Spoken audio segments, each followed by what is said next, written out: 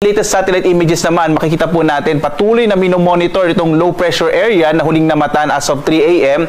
sa may bahagi po ng Castilla sa lalawigan ng Sorsogon. Sa ngayon nga, itong ibig sabihin ng yellow po na kulay ay maliit pa rin yung tsansa na maging bagyo itong low pressure area, pero may mga dala itong kaulapan na siya magdadala ng mga pag-ulan, partikular na sa malaking bahagi ng Southern Luzon. So kasama po lalong-lalo na sa may Bicol region, gayon din sa Calabarzon, Mimaropa, malaking bahagi ng Kabisayaan, Central Luzon at maging dito sa may area ng Metro Manila. Asahan pa rin natin ngayong araw ang malaking tsansa ng maulap na kalangitan at may kalat-kalat na mga pag-ulan.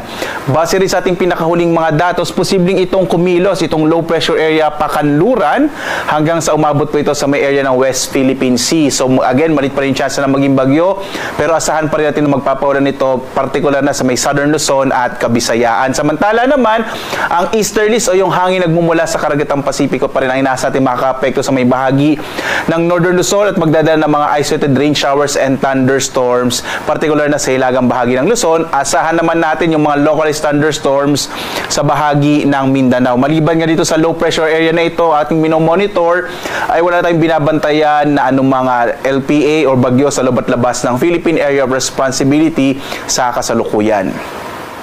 Samantala, as of 5 a.m., naglabas po tayo ng weather advisory. Ito po yung inasa natin malalakas sa mga pag-ulan pa rin na maaaring maranasan within 24 hours, particular na sa may area ng Quezon, Marinduque, Camarines Norte at Camarines Sur, dahil po yan sa low pressure area na ating minomonitor. Mag-ingat po itong mga lalawigan kung saan may nakataas po na mga kung saan po nag-issue po tayo ng weather advisory, dahil posible pa rin yung mga malalakas sa mga pag-ulan na maaaring magdulot ng mga biglaang pagbaha or yung mga flash floods at pagguho ng lupa or landslide. So mga kababayan, mag-ingat po tayo, no?